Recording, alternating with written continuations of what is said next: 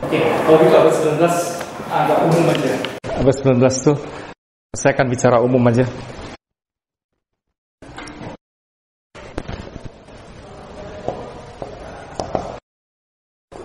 Ini era, jadi di situ ada Comte, ada Marx, Freud, Darwin. Anehnya orang-orang ini betul-betul membawa pemikiran-pemikiran besar yang mengubah selanjutnya gitu ya. Freud misalnya adalah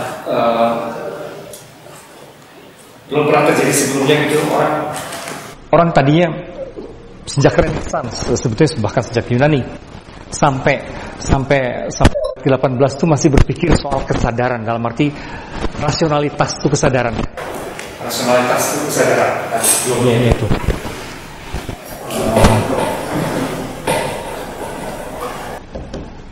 Itu kesadaran. Primas, sebutlah primas rasionalitas kesadaran. The primacy of rationality and consciousness. Itu lama sekali sejak Yunani sampai abad ke pertengahan abad 19. Orang masih mengutamakan itu. Tiba-tiba orang ini Freud menghantam itu dan bilang sebetulnya bahkan rasionalitas pun dikendalikan oleh, bahkan kesadaran rasional pun dikendalikan oleh ketaksadaran. Jadi kesadaran rasional ditentukan oleh bawah sadar. Ditentukan oleh bawah sadar.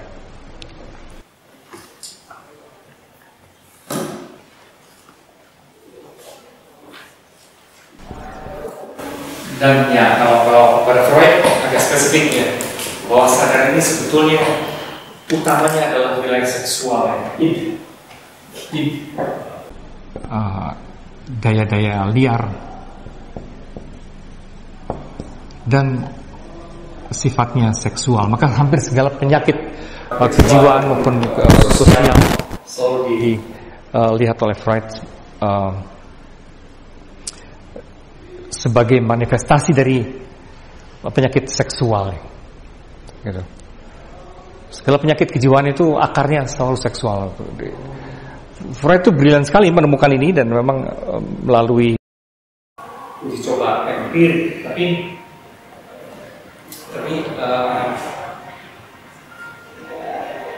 orang suka keberatan masa sih gitu, seluruh persoalan itu berakar pada seksualitas belaka. Bahkan sampai agama dan segala macam itu tidak lain hanya manifestasi konflik seksual.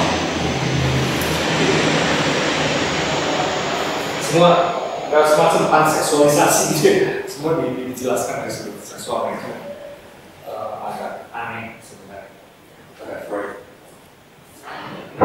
Dan nanti muridnya, orang yang paling dekat dengan dia, Carl Gustav Jung, makanya menolak itu. Bukan dia sangat paham Freud, dia muridnya, dia Freudian sekali, tapi akhirnya nggak bener ya, akarnya itu urusan seksual gitu, nggak bener ya. Pada Jung bahkan ada kebalikannya begini. Kalau pada Freud itu agama adalah sumber persoalan sakit jiwa, gitu kan. Kalau pada Jung, agama adalah sumber penyembuhan sakit jiwa. Gitu. Jadi itu sangat bertolak belakang. Itu ini.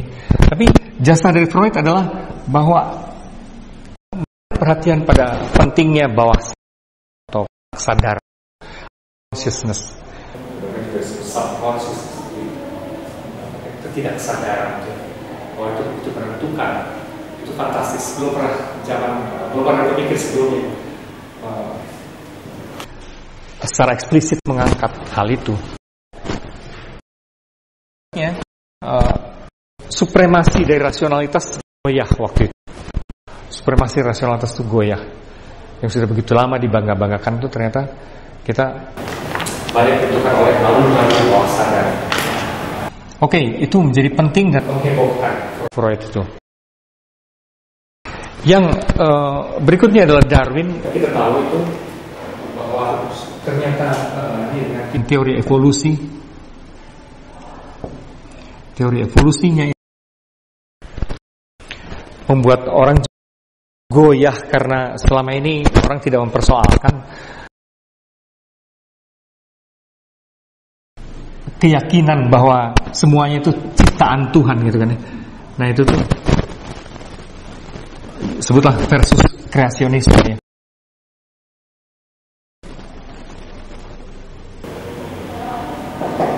Versus kreasionisme yang umumnya diyakini oleh orang tanpa dipertanyakan. Itu jadi goyang juga masa dia. Terus kalaupun ada Tuhan dan ada Tuhan yang menciptakan ini apa artinya itu? Dan Tuhan ini siapa sebenarnya? Memang jelas-jelas bisa dirunut nenek moyang kita itu ada semacam pertumbuhan evolusioner gitu. Terus sebenarnya penciptaan itu apa gitu? Nah, itu betul-betul merangsang pemikiran baru sama sekali dan mendobrak kenaifan boleh dibilang gitu ya. Jadi baik Freud maupun Darwin waktu itu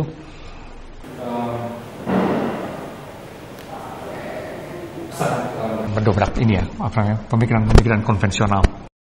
Orang selalu menyebut ada sebenarnya adalah berkarya jenius yang langka itu pada abad yang sama bermunculan pemikiran raksasa itu. Satu catatan saya terhadap evolusi adalah bahwa sebenarnya yang berpikir mengenai evolusi bukan hanya dia, Darwin. Lewat berbagai jalur lain, ada Lamarck, ada apa namanya di Prancis, terus di Inggris ada Thomas Huxley. Bukan hanya Charles Darwin. Dan di Jerman masih. Jadi pemikiran tentang evolusi itu sebetulnya semacam temuan yang agak massal secara simultan dan dari berbagai disiplin, bukan hanya dari biologi seperti yang digunakan oleh Darwin gitu. Lewat fisika dan selanjutnya pun begitu. Di abad 20 lebih seru lagi karena hampir dari segala jalur ya, fisika, kimia dan apa itu ternyata semua juga menunjukkan nampaknya evolusi ini gitu ya. Nampaknya realitas itu yang berevolusi. Jadi seringkali maksud saya itu tidak fair kalau teori evolusi hanya ditembakkan yang diserang itu cuma Darwin gitu loh.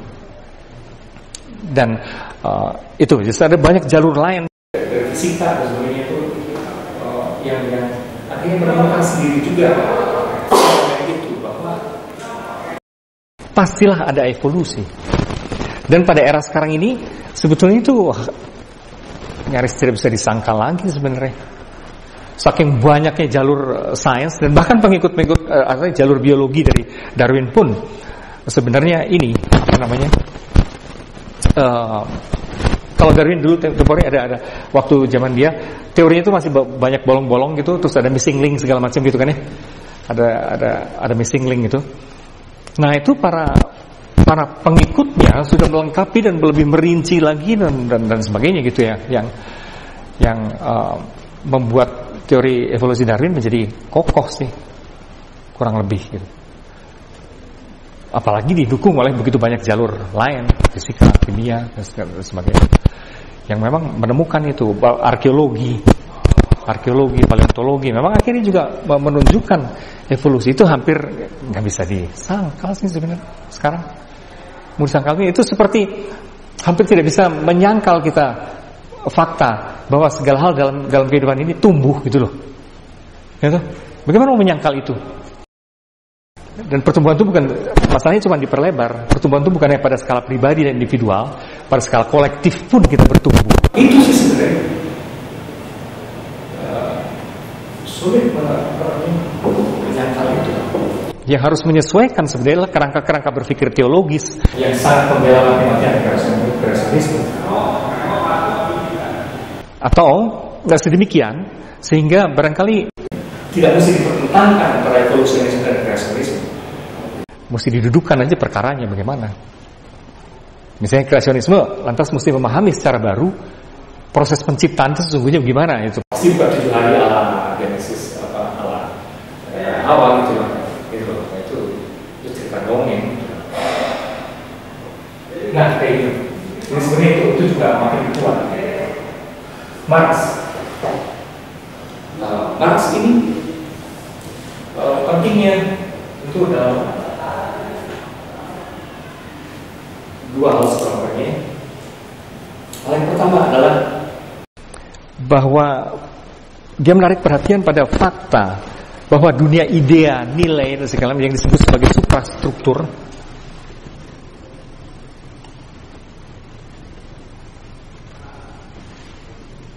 suprastruktur artinya nilai, idea, makna dan sebagainya.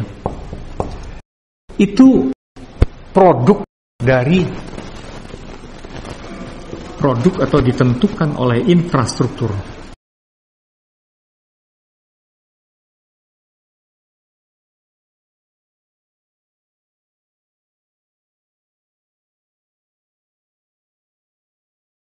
Produk atau ditentukan oleh infrastruktur.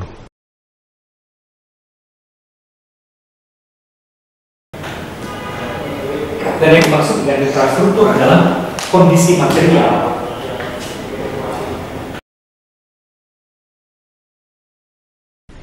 Jadi hal-hal yang non material dalam dunia manusia, itu ide, teori, apapun lah gitu ya, itu sebenarnya ditentukan oleh medan material. Pendeknya, kasarnya ya, orang berpikir apa itu ditentukan oleh kondisi fisiknya, dia kenyang atau lapar gitu loh, kira-kira seperti itu. Kasarnya lagi, kalau menurut dia tuh orang-orang lapar akan banyak berhayal mengenai akhirat dan sebagainya gitu, dan mengenai Tuhan dan sebagainya gitu. Jadi kalau orang-orang kenyang tuh nggak terlalu butuh. Orang yang nyaman hidup ya nggak terlalu butuh Tuhan, agama dan sebagainya gitu. Hanya orang lapar dan berharap-harap karena penderitaan, karena hidup di dunia ini penuh penderitaan, jadi dia berharap nanti di surga lah apa ya. Baik, kira-kira seperti infrastruktur, the primacy of infrastructure itu ya, bahwa itu yang sebetulnya menentukan gitu ya. Nah, sejak itu memang mengimbasnya kemana-mana. Orang memang betul lebih sangat memperhatikan hukum-hukum ekonomi sebagainya itu yang ikut menentukan perubahan nilai dalam masyarakat dan budaya.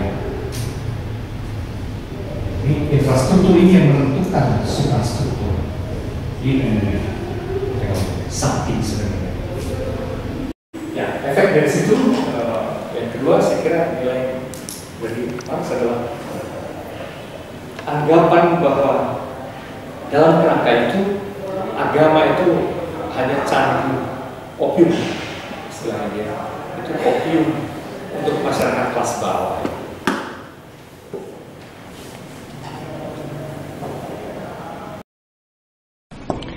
Opium yang melemahkan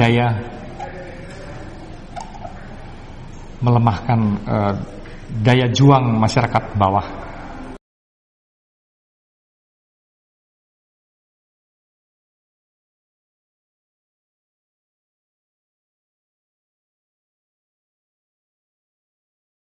Agama itu seperti itu. Jadi di abad 19 ini memang abad ateistik ya. Ini semacam klimaks ateisme. Hampir segala pemikir waktu itu betul.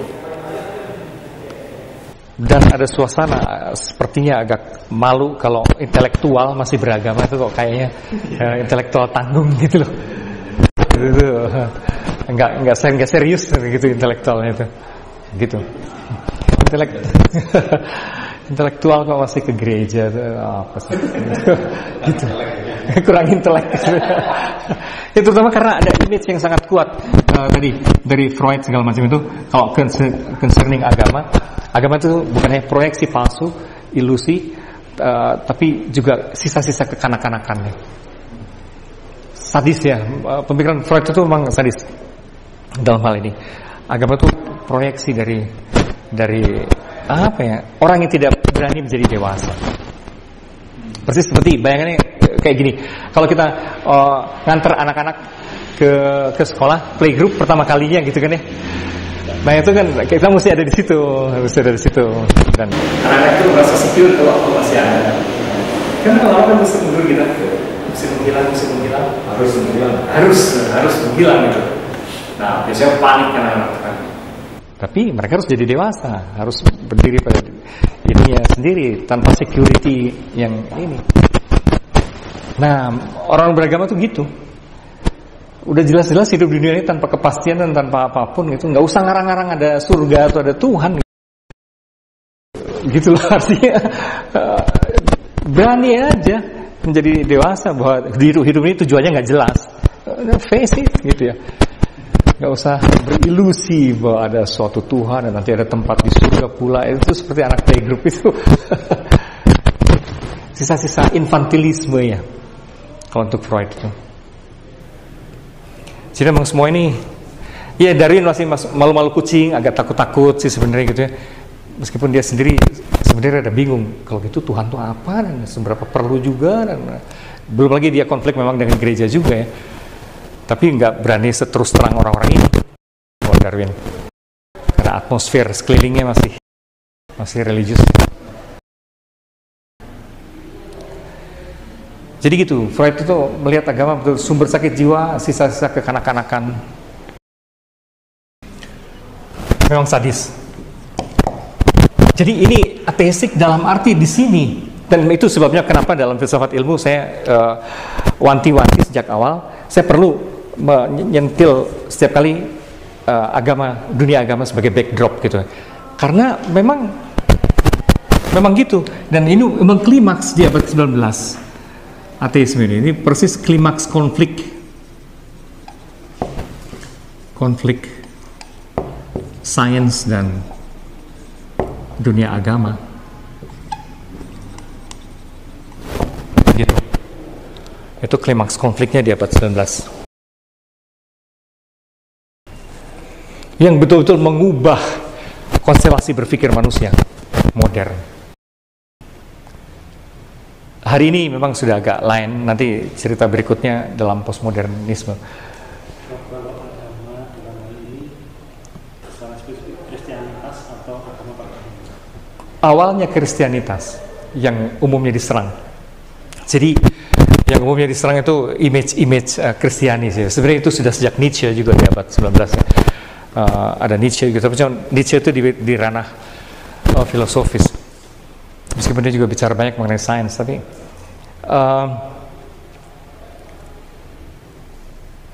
suasana di Eropa waktu itu kalau orang mengkritik agama itu kekristenan sih. Nah lucunya apa, Marxisme itu begitu memikat dalam hal itu. Hampir semua orang muda yang brilian sepanjang zaman itu selalu terpikat pada Marxisme karena gaya bicaranya, realistisnya, bagaimana dia menyobek kedok-kedok kapitalisme secara brilian gitu. Itu fantastis, orang ini hebat sekali gitu. Dan tidak berkhayal jauh-jauh, konkret gitu ya. Sedemikian sampai maksud saya para teolog pun terpesona pada Marx dan melahirkan salah satunya adalah teologi pembebasan gitu. Yang lainnya lagi black theology dan ada macam-macam. Nah, itu dan dari kacamata teologi sebetulnya cita-cita masyarakat komunis itu sebenarnya adalah pseudo religius. Itu adalah bentuk lain dari ideal utopia religius juga. Kalau bahasa religius itu bicara mengenai keselamatan, kehidupan yang lebih surgawi, damai, aman, tentram. Nah bahasanya Marx kehidupan yang sama rasa, sama rata dan apa kayak gitu-gitu. Tapi sebenarnya itu secara terselubung itu pun semacam bentuk lain dari ideal masyarakat damai sejahtera religius. Itu hanya mau lebih realistis dan tidak mengaitkannya dengan Tuhan atau apapun. Iya, saya setuju itu memang karena konsentrasi pada istilah lain dari infrastruktur adalah praksis. Praksis ini yang mesti menjadi penting ya. Do something to change your life. Itu tuh bukan berpikir mengenai mengubah, tapi do something. Praksis, konkret. Emang gitu. Ya oke, kembali ke sini. Memang mau tidak mau, khususnya di abad 19, sains secara lebih terbuka, frontal, memang konflik dengan agama, dan karena itu menjadi persoalan besar. Karena konflik ini maka menjadi problem. Ini sains apa nih sebenarnya gitu ya. Dan ini di kemudian hari membawa rethinking science secara lebih serius ya. Sebetulnya apa ini? Karena nampaknya kok betul-betul membongkar segala hal gitu. Di abad 18 belum begitu berasa. Di abad 19 itu berasa. Dan ini nanti gemanya muncul di dalam era postmodern. Bagaimana sains sendiri dipikirkan ulang gitu. Dalam kaitan konteks-konteks peradaban lebih besar, antara lain dengan agama, dengan politik dan segala macam gitu-gitu. Karena di sini monumental sekali. Ya, salah satu yang kita belum bicarakan adalah Auguste Comte. Ya, orang ini sebenarnya bapak sosiologi, kita tahu itu, cuma dia menarik perhatian pada ketika dia mengatakan bagaimana peradaban manusia itu akan berevolusi juga semacam gitu ya. Dan dia bilang dari era teologis gitu, ya, terus metafisik dan positif scientific ya.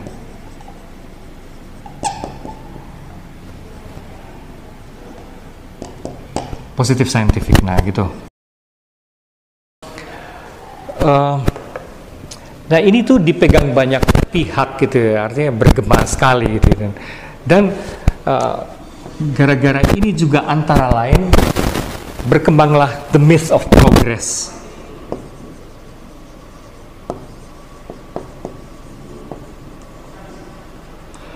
Yang khas modernitas gitu. Myth of progress modern, bahwa seluruh peradaban manusia itu akan bergeser ya. Tadinya manusia berpikir secara teologis gitu kan, agamis, semuanya dikait-kaitkan dengan kehendak Tuhan lah, rencana Tuhan lah, keselamatan lah, kayak gitu-gitu, teologis. Itu akan bergeser ke metafisik. Metafisik itu tentu bukan metafisik dalam arti klinik di kita, metafisik dalam arti filosofis gitu. Itu masih lebih tinggi dan lebih bagus, karena meskipun filsafat itu ada ngarang-ngarang, tapi konstruksinya itu logika, bukan wahyu atau kitab suci gitu kan ya, logika.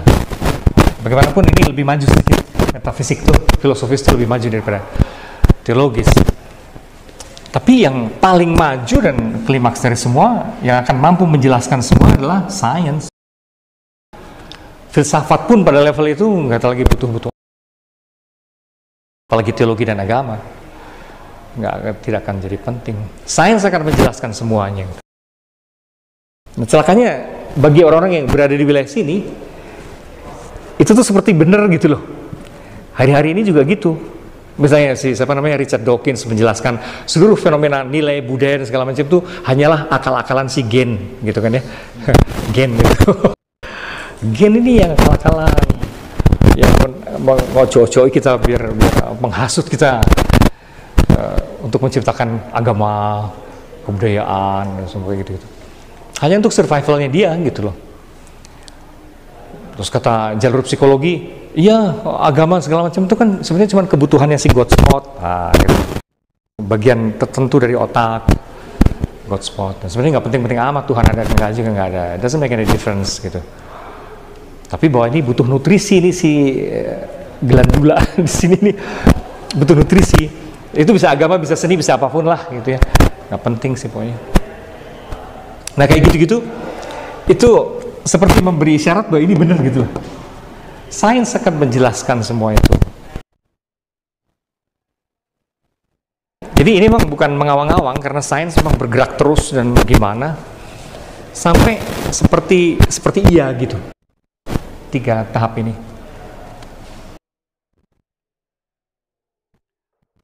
Oke, itu abad ke-19 yang kemudian ini memang melahirkan mitos kemajuan itu. Memang sains dan teknologi akan betul-betul membuat kita maju, lebih beradab, dan lebih mengerti segala hal.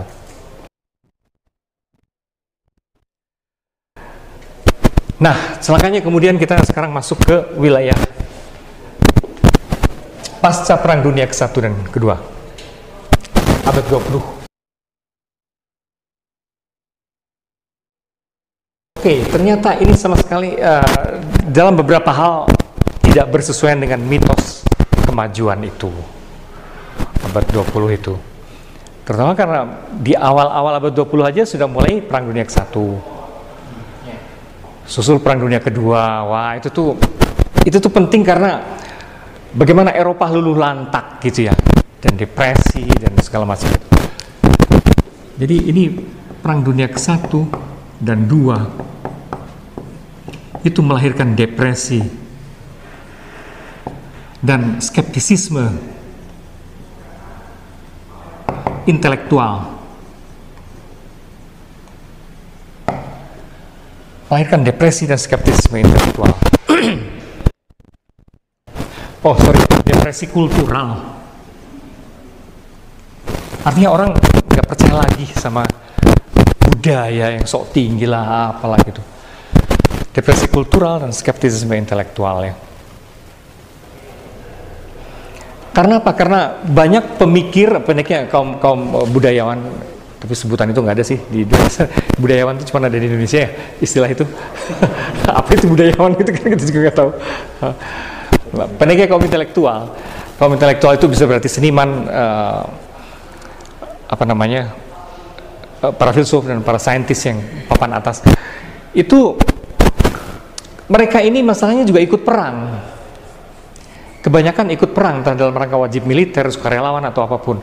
Dan mereka tahu betapa ganasnya perang itu ya. Ngelihat temannya hilang kepalanya, ngelihat itu gila lah. Gitu ya. Bagaimana negara-negara menjadi ambruk secara ekonomi kayak Jerman segala macam itu.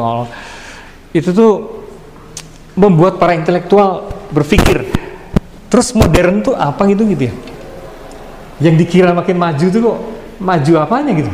Wong kita hancur lebur gini tuh. Gitu. Jadi modern itu makin beradab atau makin biadab gitu ceritanya. Ini jadi di sini melahirkan persoalan modern itu apa? Dalam arti ini beradab atau biadab?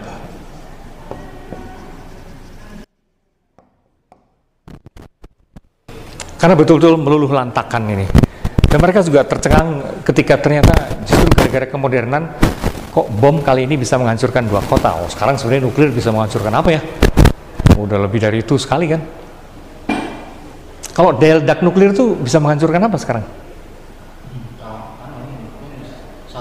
Satu pulau. Nah, kalau semua menjadi nuklir gitu, dunia ini amblas gitu loh. Karena itu memang mengerikan. Amerika dan Soviet bikin nuklir yang bisa menghancurkan bumi puluhan kali. Bukan hanya sekali ya, puluhan kali bisa hancur. Ya, kalau semuanya pasang itu kan mengerikan sekali gitu. Kayak membunuh, istilahnya kayak membunuh semut dengan meriam. Ya, gitu. Iya, waktu itu Hiroshima Nagasaki aja udah bikin kaget dan perenungan panjang itu. Kok bisa ya kita jadi gitu ya. Kecanggihan fisika tuh kok malah melahirkan kayak begituan gitu. Nah, jadi banyak hal. Maka segala lini di dalam kemudian waktu itu direnungkan kembali. Betul-betul rethinking science, art, politics, apalagi culture. Itu semua di apa namanya, mulai dipikirkan kembali. Filosofi,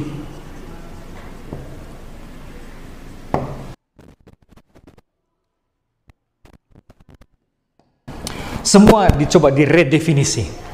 Apa sebenarnya itu ya?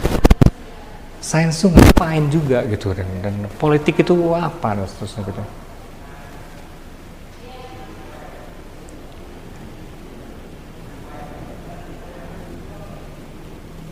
Jadi pada waktu itu lahir banyak semacam pemberontakan terhadap kemodernan.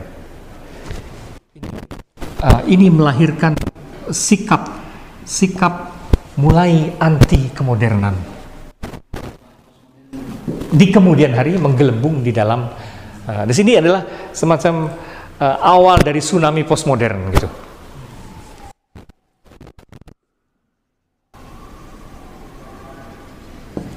Ini sikap-sikap yang membentuk di awal abad 20 kecenderungan kritis terhadap segala yang modern.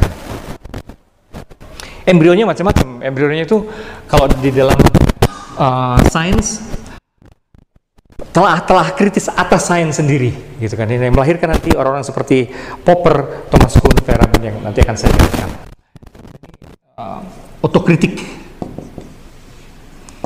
Rethinking science itu belum melahirkan otokritik terhadap sains.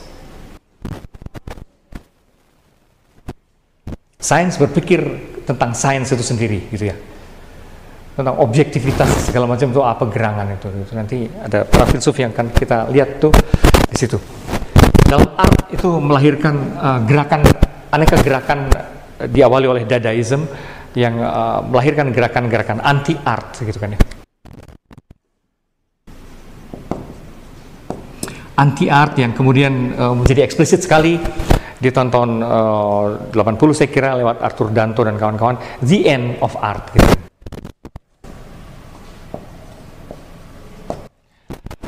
Melahirkan klimaks dalam The End of Art. Klaim-klaim seperti itu dari Joseph Kosuth, dari apalah. Kalau di bidang arsitektur, awal perlawanan terhadap Bauhaus dan segala macam itu tahun-tahun berapa? 60-70? 70-an. Matinya modernisme ya. Pada lari kan mereka di 40-an juga kan. Kalau apa? Bauhaus kan mereka pokoknya kan pada lari ke Amerika juga. Ya sebagian kan Yahudi.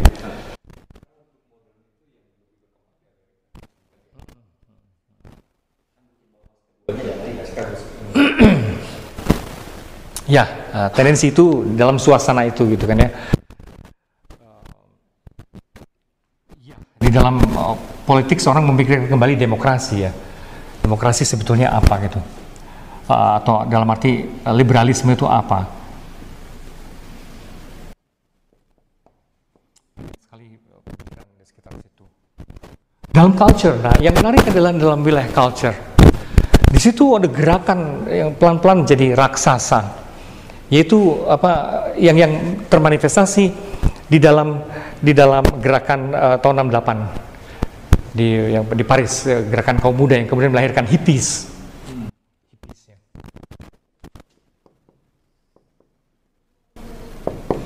Hippies yang menentang kapitalisme, menentang segala bentuk kemapanan dan seterusnya itu. Wah, itu gerakan besar-besaran yang mengimbas kemanapun juga gitu. Bersama dengan musik rock and roll awalnya, rock.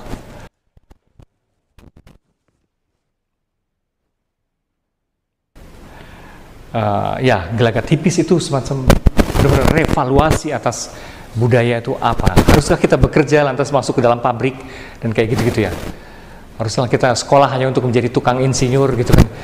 Lantas menjadi sekrupnya pabrik, harusnya gitu kan. Nah, itu tuh terus mereka kan anti sekolah, anti apapun, nongkrong-nongkrongnya di taman-taman gitu kan, sambil ngisep apa tuh ganja, Marijan.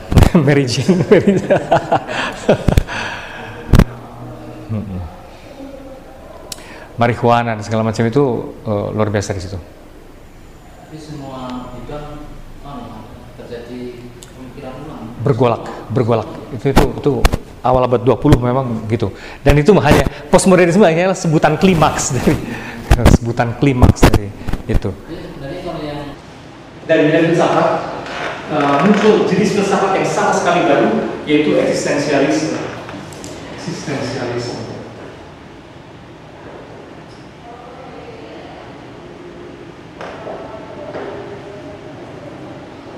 Muncul eksistensialisme.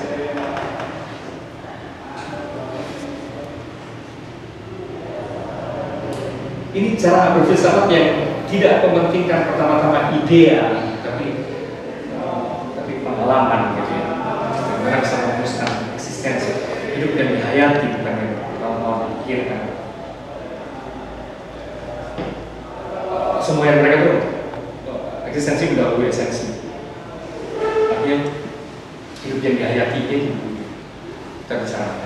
Maka para filsuf eksistensialis itu jadi aneh tema-temanya, itu yang tema-tema yang nggak kepikir di kalangan para filsuf sebelumnya gitu ya.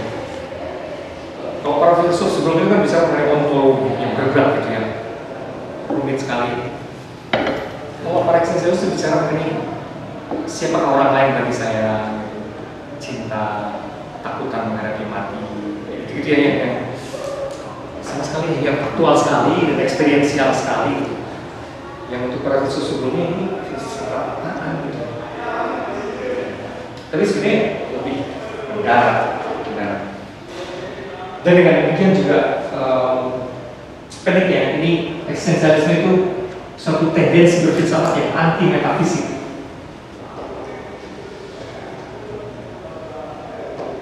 Anti metafisik. Padahal sampai dunia modern sebenarnya tetap filsafat itu metafisik. Makanya anti metafisik. Jadi yang saya katakan sekali lagi di awal abad 20 ini, seluruh optimisme kemodernan, tapi juga pola-pola kemodernan mulai dipertanyakan semua. Sains yang tadinya beda habis gitu, tapi kalau mulai apa sih sains itu semua ini interogasi. Ya, pemicunya memang perang dunia satu dan dua, tapi juga ekses dari kemodernan yang sudah mulai dirasa. Ekses dari rasionalitas modern.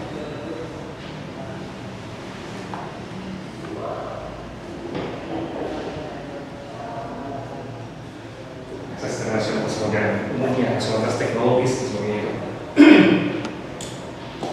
Misalnya, salah satu tema-tema penting yang dibahas oleh eksistensialisme adalah itu, bahwa manusia semakin menjadi nomor, semakin menjadi nomor dalam sistem, dalam suatu masyarakat yang dikelola oleh sains dan teknologi.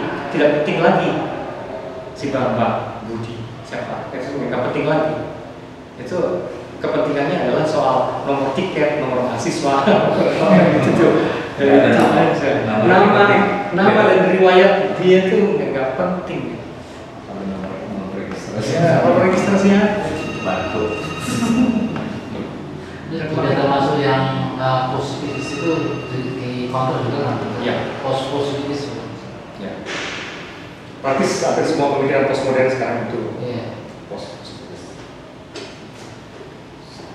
Begitu banyak sekali renungan yang tentang ekses rasionalitas modern, bahwa manusia betul-betul menjadi kayak benda, sebagai menjadi massa, gitu kan ya, menjadi massa, tidak otentik,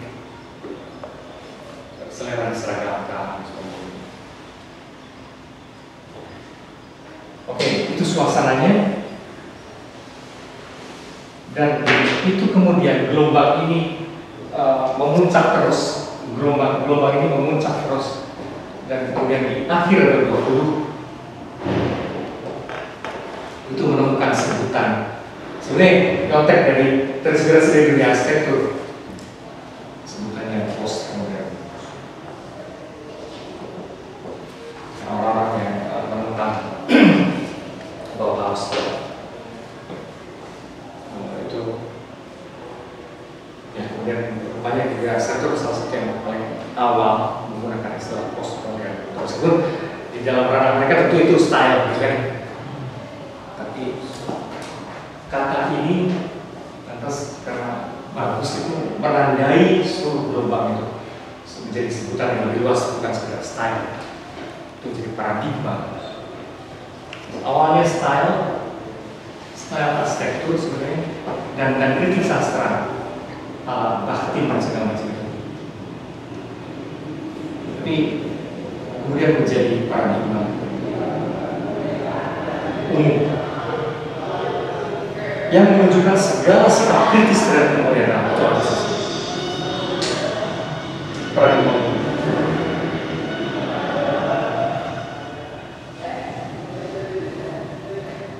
Sampai menjadi se-ubiquitous, menjadi semurahan kata modern gitu.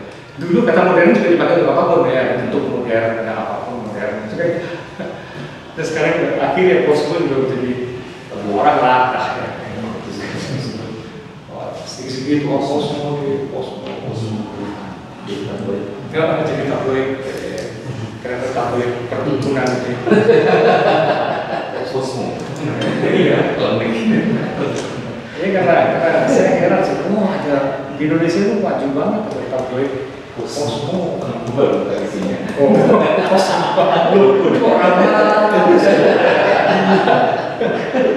very typical Indonesia. Ada sekali di sini Mama Lole.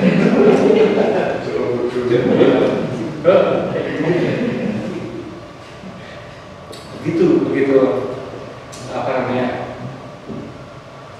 Ya, penggunaan gitu.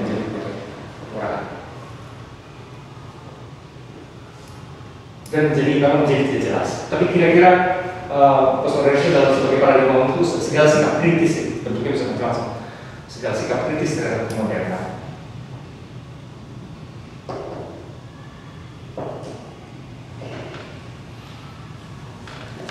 Nah, orang suka membedakan atas modernisme itu berarti sisi teoritisnya, kalau atas modernitas itu berarti sisi praktis. Jadi itu segala sikap kritis baik atas modernisme, konsep-konsep teoretiknya, maupun terhadap modernitas, kondisi, situasi, sosiokultural konkret.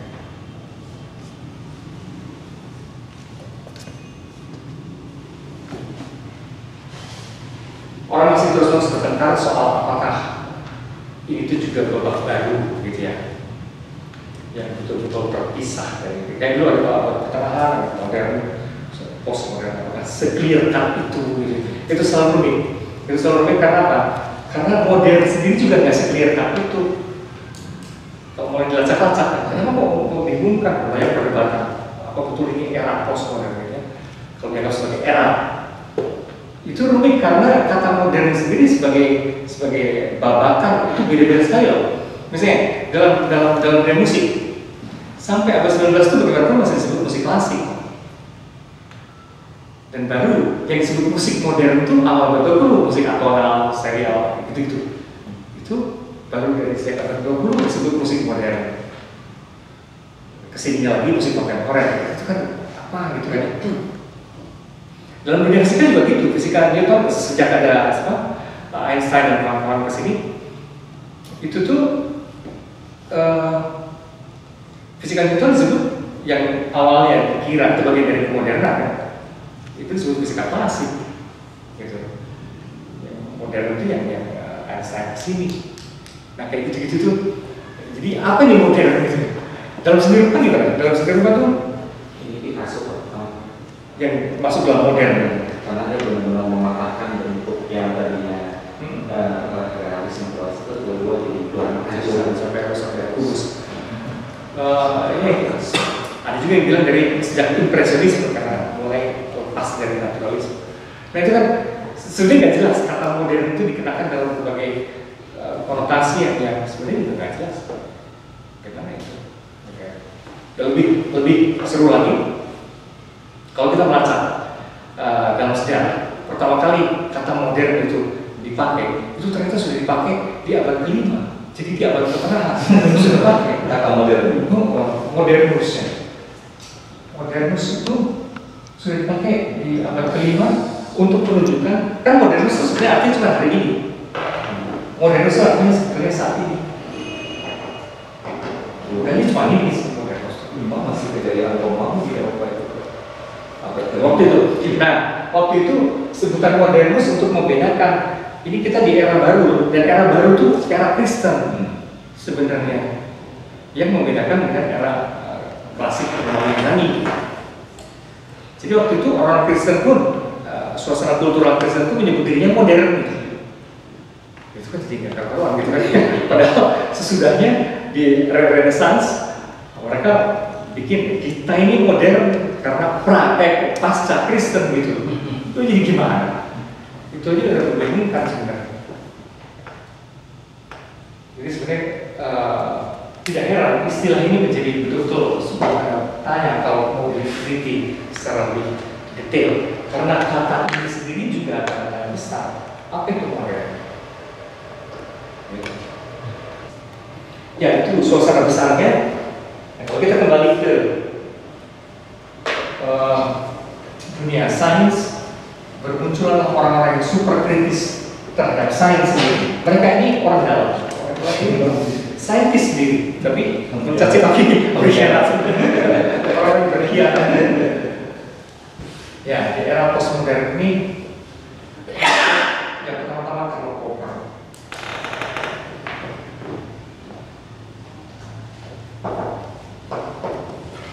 Ya, Karl Popper.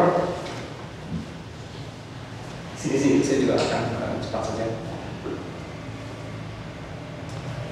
Dia bicara banyak, bukunya juga tebal-tebal. Tapi yang penting pada ketika kita adalah konteks kita adalah, terutama dia lama sekali dunia sains itu memegang prinsip untuk pengujian kualitasnya itu verifikasi. Nah, Popper itu against verifikasi. Ya, lawan verifikasi. Kalau dia verifikasi itu memang kebenaran, tapi itu akhirnya justifikasi diri ya, pembenaran diri jatuh. Bukan falsifikasi bukan? Enggak, dia melawan verifikasi. Maunya dia falsifikasi. Dia tuh melawan verifikasi. Kenapa melawan verifikasi? Karena kalau Anda nanti bikin disertasi gitu kan ya, mau diverifikasi gitu kan, Anda bisa aja dengan mudah itu intuitif untuk membela diri gitu ya, meskipun ada banyak fakta gitu, Anda akan pas-pasin semua fakta itu sesuai dengan persis Anda gitu, supaya justify gitu kan ya. Dan siapa yang pengen disalahin gitu kan ya? Semua orang pengen membenarkan diri. Semua data bisa dipas-pasin semua dalam rangka tuh kan, saya juga gitu kan, meskipun memanipulasi gitu. Paling terasa kalau di dunia desain itu kan kita mendesain sesuatu terus desain by dulu ada kenyataan pada waktu ini ada kecelakaan atau apa gitu. Nah ketika presentasi itu pada dosen ini kenapa bentuknya gini? Nah itu tiba-tiba rasionalisasi ilham untuk memberi pembelaan kepada kecelakaan. Tapi kan maksud Popper itu gini kok, semakin banyak diversifikasi itu semakin bagus. Jadi ketika banyak salahnya, berarti banyak nanti kebenarannya, gitu maksudnya itu. Iya, tapi kita belum jelaskan saya lagi menjelaskan yang diserangnya. Kenapa prinsip verifikasi itu kenapa nggak tepat ya? Karena akan jatuh ke kebenaran itu semua. Dan dengan cara itu ilmu tidak berkembang. Dan kita tidak sampai pada kebenaran. Jadi bukan pada kita tidak sampai pada kebenaran ya. Kita sampai pada kebenaran yang lebih kompleks gitu.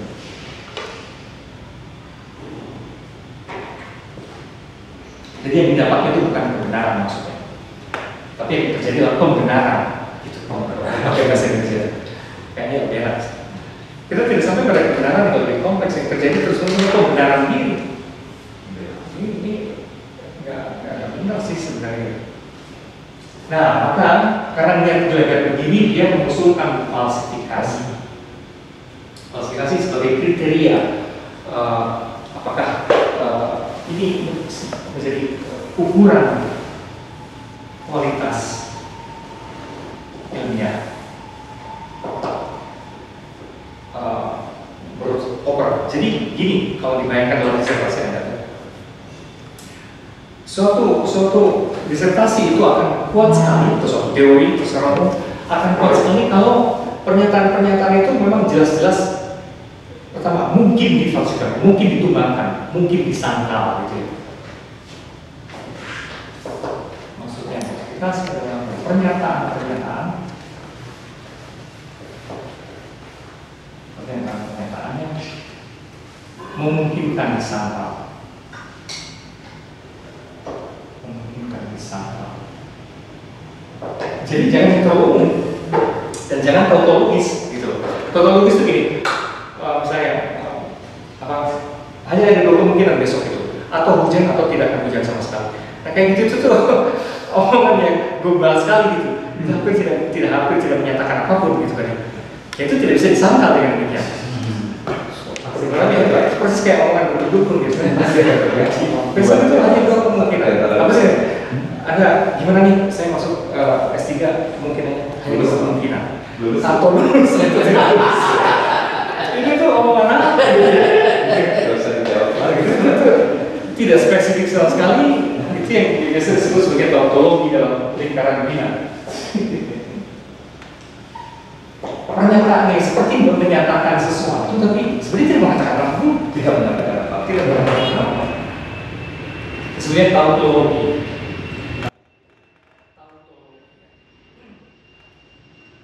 Kalau bikin pernyataan-pernyataan ilmiah itu jangan yang tautologis seperti itu karena nggak bisa disangkal. Seperti kita nggak bisa disangkal. Omongan kayak tadi nggak bisa disangkal. Gimana? Beda misalnya. Kalau omongan yang bisa disangkal itu yang tingkat presisinya, prediksinya itu perlu presisi dan prediksi.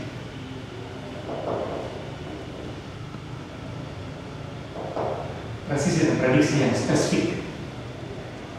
Jadi kalau baru falsifiable, hanya kalau begini falsifiable, dan itu baru ilmiah itu maksudnya.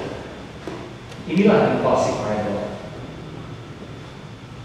Dan karena itu ilmiah. Baik itu Poker, selintas, lantas berikutnya Thomas Kuhn.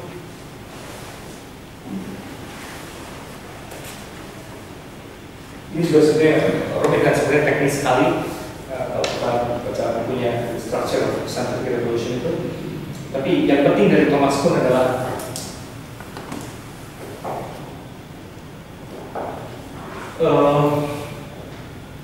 terutama ini bahwa dia melukiskan sebetulnya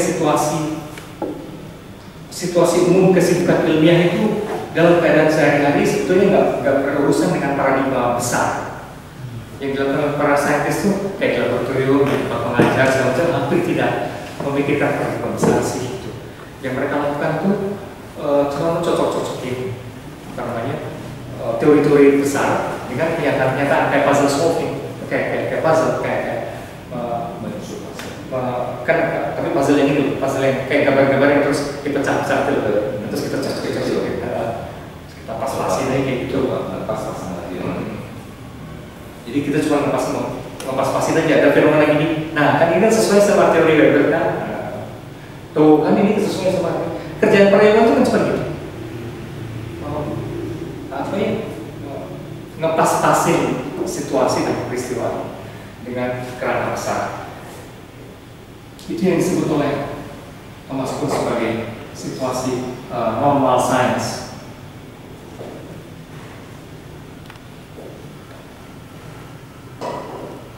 Situasi normal science.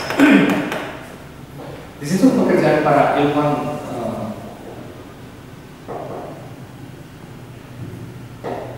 itu puzzle solving.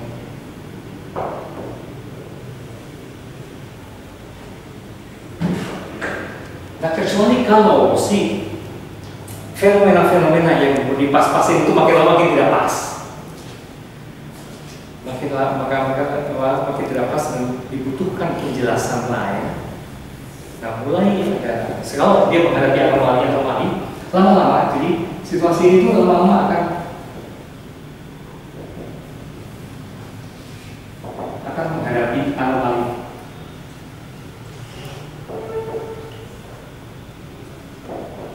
anomali bahwa teori tertentu akhirnya makin hari kok makin tidak bisa menjelaskan perubahan situasi seperti Madai.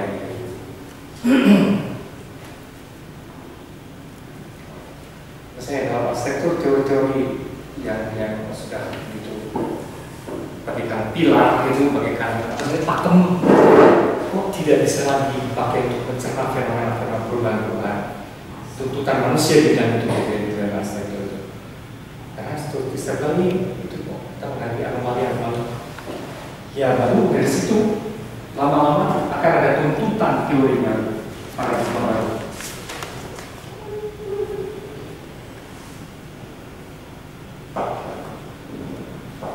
Kalau anomali itu makin banyak, maka paradigma lama dengan sendirinya yang tidak kembali akan muncul juga paradigma baru.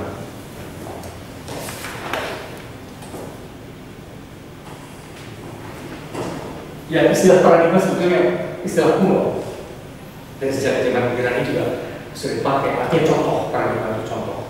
Tapi kemudian menjadi populer sekali pada pun. Maksudnya ini adalah konsep dasar, teori kayak grand theory atau bahasa Inggrisnya. Acuan pokok, teori-teori yang tidak acuan pokok. Teori tertentu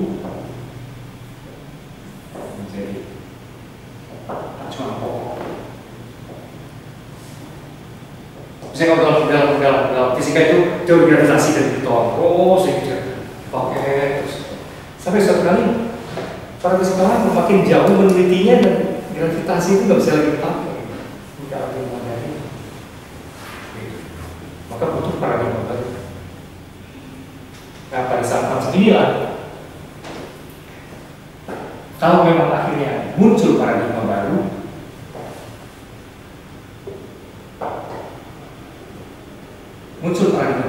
nah di situ yang menarik adalah kata-kataku sebenarnya kalau dia meneliti dari dalam sejarah ya, memang bermunculan paradigma baru, satu paradigma diganti paradigma lain kayak gitu. Tapi ternyata juga diterima atau ditolaknya paradigma itu tidak selalu didasarkan pada kriteria-kriteria objektif. Kalau dalam sejarah ternyata unsur-unsur sosiologis, psikososial, pertemanan, kedekatan dengan si profesor, itu tuh ternyata ikut menentukan juga. Ini paradigma baru. Ini diterima atau tidaknya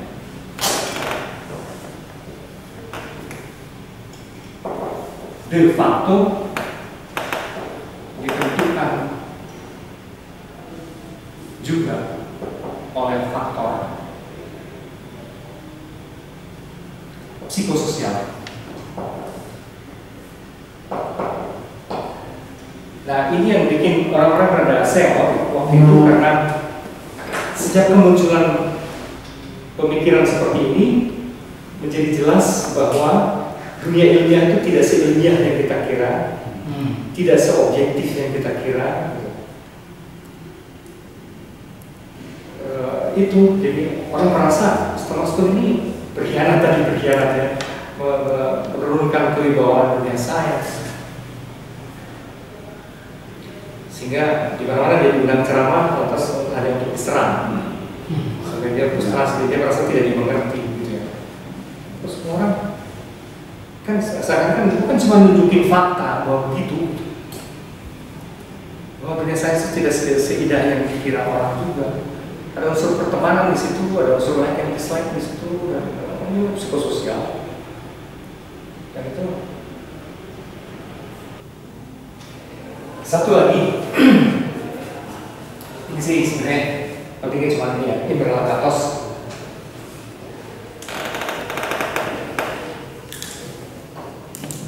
Saya kira pentingnya cuma ini, bahwa dalam perdebatan mereka ini, dalam perdebatan Popper pun, jadi tadi meskipun mereka berteman ya, tapi Popper berdebat dengan Thomas Kuhn, berdebat juga dengan Farah, kayak gitu-gitu. Itu tuh ya sebenarnya berat gitu lah, teman-teman lebih perdebatan berlarang. Oke, dalam perdebatan itu ada kolega yang lain yang namanya Ibrahim Katos. Dia ikutan berdebat dan dia tidak setuju pada orang seperti Popper maupun Kuhn, teman-temannya itu, yang memberi kesan seakan-akan sebuah teori itu mudah dikembangkan gitu. Begitu ada mudah difalsifikasi kesannya gitu kan. Begitu ada teori baru yang lain tumbang. It's not that easy, kata dia. Dalam kenyataan itu nggak pernah kayak gitu loh. Jadi de facto-nya teori-teori besar atau paradigma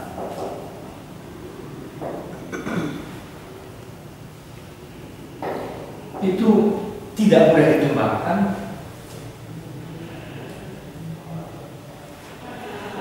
tidak mudah difalsifikasi, sebutlah kalau pakai istilah itu.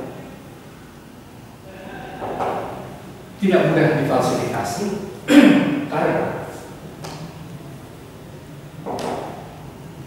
karena pertama, para pengikutnya itu yang fanatik, para pengikut mazhab itu akan, jadi para pengikutnya akan terus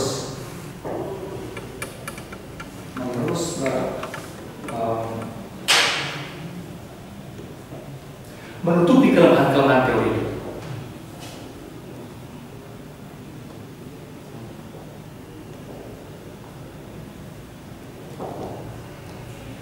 Jadi kelompok Marxis, misalnya itu contohnya Marxis. Oke, ya Marxis boleh dibilang sama Popper bahwa itu bukan teori ilmiah apa kayak gitu, boleh. Tapi nanti para pengikutnya itu akan terus-menerus akan menjawab itu dengan aneka argumen yang bukti lain. Dan akhirnya de facto juga kan tetap aja lahir para neo-Marxis seperti saya. Neo-Marxis. Oh, itu mereka sudah tahu kritik Popper, tapi tetap aja lahir Gramsci, Antonio Negri, juga Althusser, tetap aja. Gitu. Memang dengan dipelintir Marxis versi dia, dengan versi misalnya sekolah Frankfurt itu Marxis versi sekolah Frankfurt kayak gitu ya. Memang tidak lagi ortodoks Marxis, tapi ya, apapun dengan cara itu sebetulnya kelemahan-kelemahan Marxisme ditangkis gitu. Yang kedua,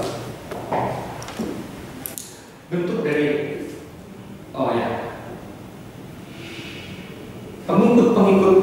pengikut suatu teori besar itu dengan sendirinya akan membuat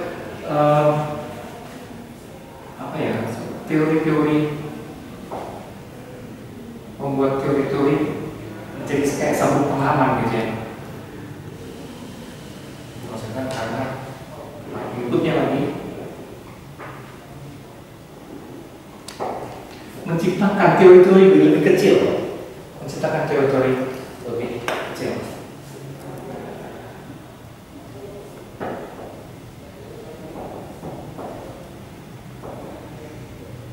kecil yang berfungsi sebagai semacam sabuk pengaman bagi teori besar, safety belt.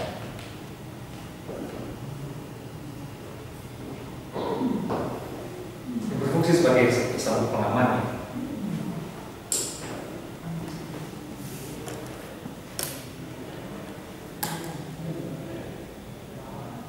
Misalnya orang yang mengacu ke Freud gitu ya, waktu itu misalnya teori besarnya tetap dipakai, misalnya bahwa ada psike manusia itu terdiri dari atas disebutnya itu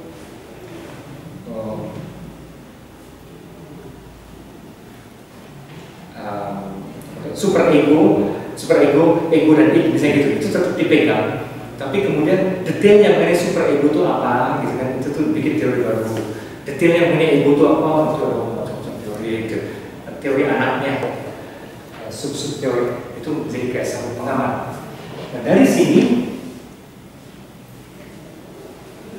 sini kalau kata Katos, maka kita tidak berhadapan, sebenarnya tidak sesederhana yang dibayangkan Popper. Kita tidak berhadapan dengan teori-teori tunggal, tapi program riset yang isinya itu satu teori kayak apa namanya, oktopus. Jadi ada induk ini, ada kepalanya, tangannya banyak, beritanya tuh banyak, si tangannya tentakel itu banyak. Jangan kayak gitu. Kalau koper kan bayanginnya ada pentolan aja di sekali tumbang kan. Ini enggak, ini caranya banyak ini. Gitu ya. Jadi paradigma itu suatu program riset yang rumit sebetulnya. Yang disebut paradigma atau teori atau apapun itu sebetulnya adalah program riset yang kompleks.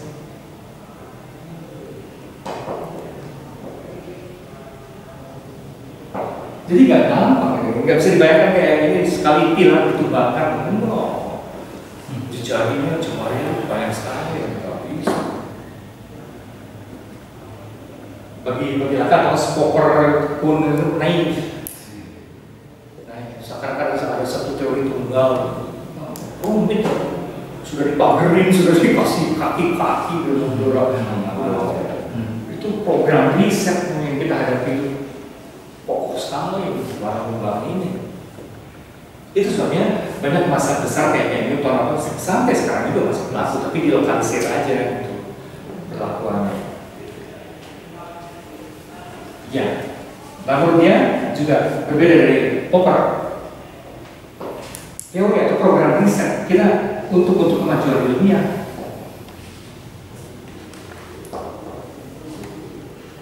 Untuk kemajuan ilmiah bukan klasifikasi yang dibutuhkan, tapi ukurannya begini. Ukurannya adalah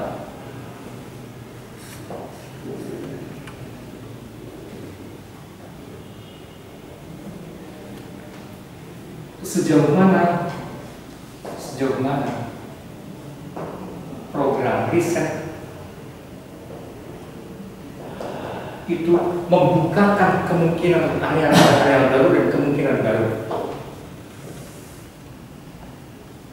Membuka area penelitian baru dan kemungkinan pemahaman baru.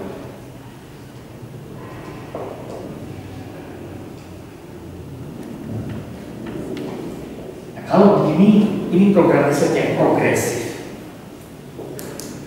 Inilah program riset yang progresif. Karena progresif itu penting untuk dunia sains, progresif itu. Tapi kalau terus-menerus hanya membenarkan dirinya sendiri, jadi kayak kaum Marxis itu, tuh kan, bolak-balik setiap berjalan, jadi kayak puzzle solving itu. Kata gue juga dari dulu juga Marx gitu. Nah itu kan degeneratif, teori itu akan merosot sendiri. Kalau tidak memenuhi begini, kalau sebuah paradigma tidak membukakan area-area baru, itu menjadi program riset yang degeneratif.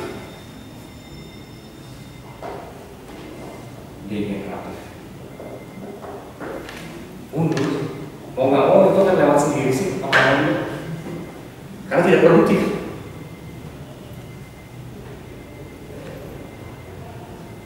Itu tidak diharapkan oleh Pak Atos ya. Yang diharapkan ini. Jadi kalau tadi kata Popper, tapi itu falsifiable, dia nggak. Cuma dia membukakan lahan-lahan baru, kemungkinan baru untuk memahami. Dalam hal itu di bidang hukum itu menarik. Critical legal studies itu progresif. Tadinya orang stuck aja pada rumusan-rumusan positivistik gitu kan, hukum positif. Tiba-tiba kelompok ini bilang, enggak, kita hukum itu semua produk kekuasaan. Jadi mari kita lihat korelasinya dengan kekuasaan misalnya. Nah, itulah yang baru.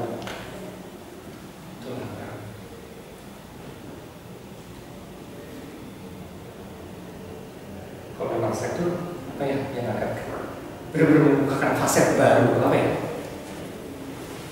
Sebenarnya di konstruksi ada gitunya sih ya Mas.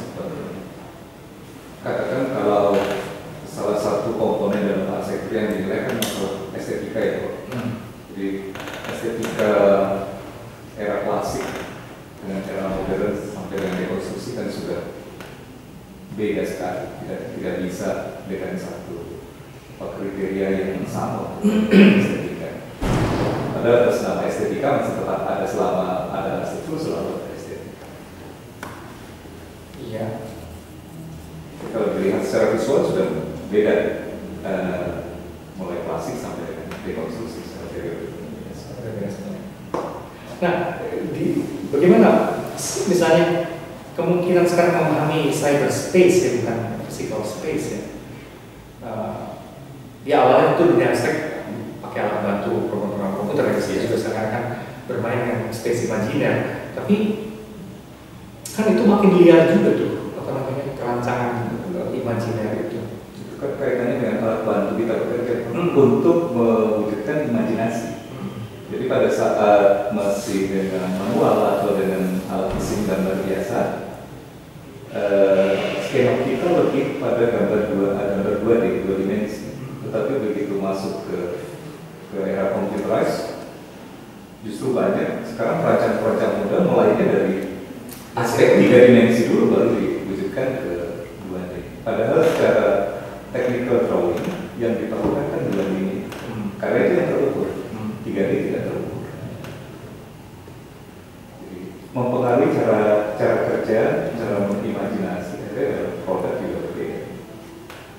Dia karena suatu kali ya kan jadi itu di motor yang salah bintingnya, yang studi di Inggris yang menang apa di Venesia segala itu bikin pameran desain-desain arsitektur yang sama sekali kita bisa kayak patung ya, kayak artwork yang bukan, kita nggak tahu di rumah gitu ya, sama sekali sulit sekali, jauh dari bayangan tempat hunian.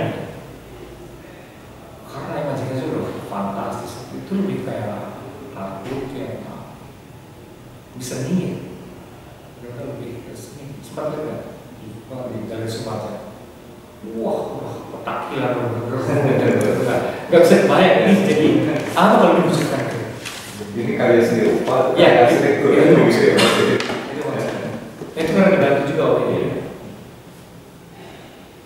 Ya salah satunya misalnya kalau perbedaan antara seni rupa dengan arsitektur dan opan, kalau yang di arsitektur kan apply, Karena apply ini aspek itu nggak pernah bisa hilang. Itu tidak bisa hilang sampai sekarang.